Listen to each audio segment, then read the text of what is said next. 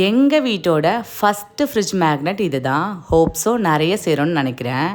என் sister daughter Abu Dhabi போயிருந்தா ஒரு ஒர்க்காக.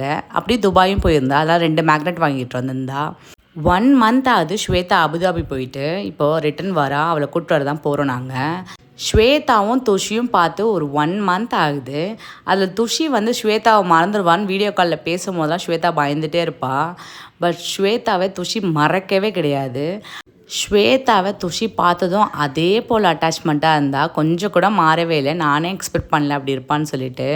ஸ்வேதாவுக்கு ஒரே ஹாப்பி. 1 மாதம் ஆகியும் அவள் அக்காவை மறக்கலன்னு சொல்லிட்டு. பாருங்கள், அவள் பண்ணுறதெல்லாம் பண்ணிவிட்டு அப்போ என்னெல்லாம் பண்ணுவாளோ அவள் பண்ணுறதெல்லாம் பண்ணிவிட்டு அவளுக்கு கிஸ் கொடுத்துட்டே இருப்பான். கண்ணத்தை காட்டினா லிப்ஸை காட்டினா அதுமாரி பண்ணிவிட்டு ஒரே ஆட்டம் தான் 2 பேரும் காரில் கூட. ஸ்வேதா அபுதாபிலேருந்து துஷியை பயங்கரமாக மிஸ் பண்ணிகிட்டு இருந்தா. அதை அப்படியே தீர்த்துக்கிட்டா இந்த ஒரு நாள் ஃபுல்லாக அவளை வச்சுக்கிட்டு. துபாய்னாலே என்ன, சாக்லேட்ஸ், பர்ஃப்யூம், இதெல்லாம் யூனிவர்சல் மித்து. அதை அப்படியே ஃபாலோ பண்ணுற மாதிரி ஸ்வேதா எல்லாத்தையும் வாங்கிட்டு வந்தா. ஆக்சுவலி நாங்கள் ஸ்பெசிஃபிக்காக கேட்டோம், சில பர்ஃப்யூம்ஸோட ரெப்ளிகா அங்கே இருக்கும், அதெல்லாம் வாங்கிட்டு வான்னு சொல்லிட்டு. அப்புறம் சாக்லேட்ஸும் நிறைய வாங்கிட்டு வந்திருந்தா. இங்கே இருக்க டேட்ஸ்க்கும் அங்கே இருக்க டேட்ஸ்க்கும் எவ்வளோ டிஃப்ரெண்ட் இருக்கும் தெரியுமா? சீரியஸாக ஏர்போர்ட்லேருந்து வரும்போதே பிரியாணிலாம் வாங்கிட்டு வந்து சாப்பிட்டுட்டு கொஞ்சம் கூட பொறுக்க முடியல. சாக்லேட்ஸ்லாம் எடுத்து ஓப்பன் பண்ணி பார்த்துட்டு இருந்தோம். அதில் ஒன்று ஒன்று எடுத்து சாப்பிடவும் ஆரம்பித்தோம். அதில் இது கொஞ்சம் டிஃப்ரெண்ட்டு. இது மேலே க்ரன்ச்சஸும் உள்ளே வந்து பிஸ்டாஷியும் வந்தது. நிறைய சாப்பிட்டோம் நாங்கள் இதை. அடுத்தது நார்மல் குனாஃபா வந்து மேலே சாக்லேட் கோட்டிங்கோடு இருக்கும்ல, அந்த குனாஃபா ஓப்பன் பண்ணோம். சின்னதாக பைட்ஸ் போல் இருந்தது, நல்லா இருந்தது சாப்பிடுவோம்.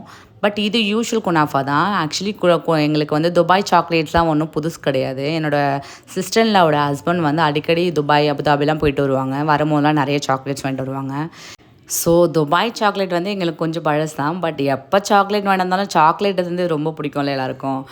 டேட் சாக்லேட்டும் வாங்கிட்டு வந்திருந்தா ஸ்வேதா. நான் உள்ள நட்ஸ் வச்ச மாதிரி நல்லா இருந்தது. அதுவும் நானே ஒரு பெரிய சாக்லேட் லவர். அதில் பாதி சாக்லேட் நானே முடித்தேன்.